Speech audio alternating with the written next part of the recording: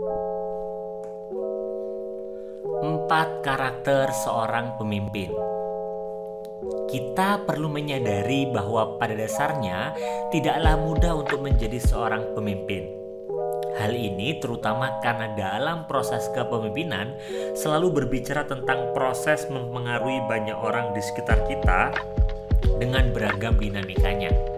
Untuk itu diperlukan karakter dan juga kepribadian yang unik serta lingkungan yang kondusif untuk memastikan tim nyaman dalam kepemimpinan kita. Namun kita juga perlu menyadari bahwa sebaik atau sehebat-hebatnya pemimpin pasti akan selalu ada individu yang menganggapnya bukan pemimpin yang baik.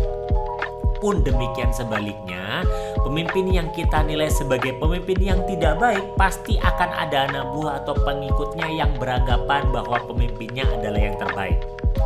Maka untuk meningkatkan kualitas kepemimpinan kita di tengah berbagai macam perbedaan persepsi tadi, kita perlu untuk senantiasa melakukan refleksi mendalam dan memahami benar-benar kepemimpinan itu sendiri. George R. Terry menjelaskan bahwa kepemimpinan adalah suatu hubungan yang ada dalam diri seseorang untuk mampu memengaruhi orang lain untuk bisa bekerja secara sadar dalam hubungan tugas agar bisa mencapai tujuannya.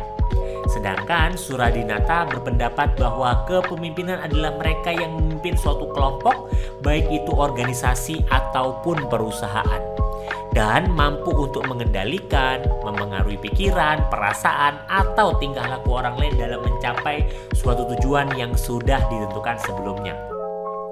Orditis menerangkan bahwa pemimpin adalah gabungan antara perangai dan perilaku yang memungkinkan seseorang agar mampu memotivasi pihak lain dalam menyelesaikan pekerjaannya. Terakhir, Rauch dan Behling menjelaskan bahwa kepemimpinan adalah suatu proses yang mampu memengaruhi suatu kegiatan dalam suatu kelompok yang didorong ke arah pencapaian suatu tujuan. Kepemimpinan merupakan salah satu faktor yang sangat penting dalam suatu organisasi karena sebagian besar keberhasilan dan kegagalan suatu organisasi ditentukan oleh pimpinan dan karakter pemimpin dalam organisasi tersebut. Maka untuk bisa memimpin, kita selalu butuh karakter pemimpin yang sesuai. Karakteristik pemimpin tidak jarang dijadikan sebuah acuan, fokus, atau patokan bagi para anggota kelompoknya atau para bawahannya dalam berpikir dan bertindak. Menjadi pemimpin itu tidak mudah dan setiap pemimpin masing-masing tidak akan mempunyai kesamaan baik karakter pemimpin yang dimiliki ataupun cara pemimpin dalam menjalankan kepemimpinannya. Namun ada 4 karakter dasar yang seharusnya dimiliki oleh seorang pemimpin menurut tim jadi pemimpin yang perlu dimiliki untuk dia bisa menunjukkan dan meningkatkan potensi kepemimpinannya. Apa itu? Berikut adalah 4 karakter dasar yang harus dimiliki menurut tim jadi pemimpin. Yang pertama adalah memiliki pendirian yang teguh. Sebagai pemimpin harus memiliki karakter pemimpin yang teguh akan pendirian dan tidak mudah terpengaruh oleh perkataan orang lain. Pemimpin yang memiliki pendirian yang teguh akan menjadi pemimpin yang berjalan sesuai dengan visi dan tujuannya tanpa terpengaruh oleh setiap orang yang ada di sekitarnya. Sebagai pemimpin harus memiliki komitmen terhadap keputusan dan tindakan yang dilakukan.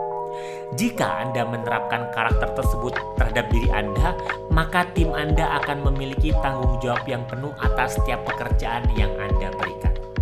Karakter kedua yang perlu dimiliki oleh pemimpin adalah adil.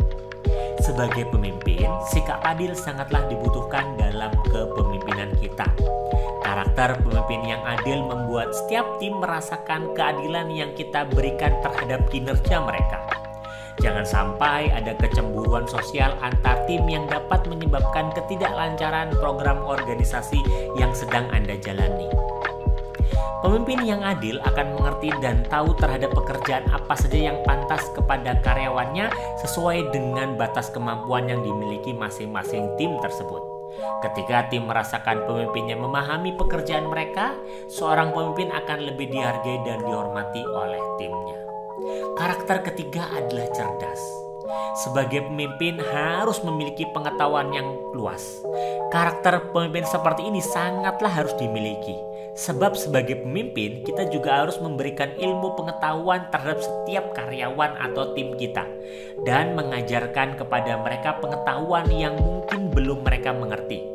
Ini sejalan dengan konsep 5 level leadership dari John Maxwell yang menyampaikan bahwa level 4 kepemimpinan kita adalah ketika kita mengembangkan tim kita saat ini.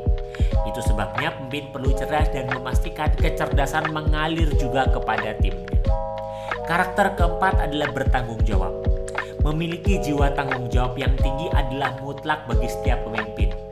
Hal ini karena peran pemimpin ada dengan konsekuensi tanggung jawab tertentu yang perlu dijalankan olehnya.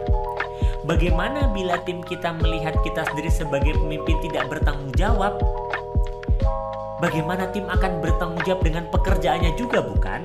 Karena pemimpin sebagai role modelnya pun tidak mengerjakan sebagaimana mestinya.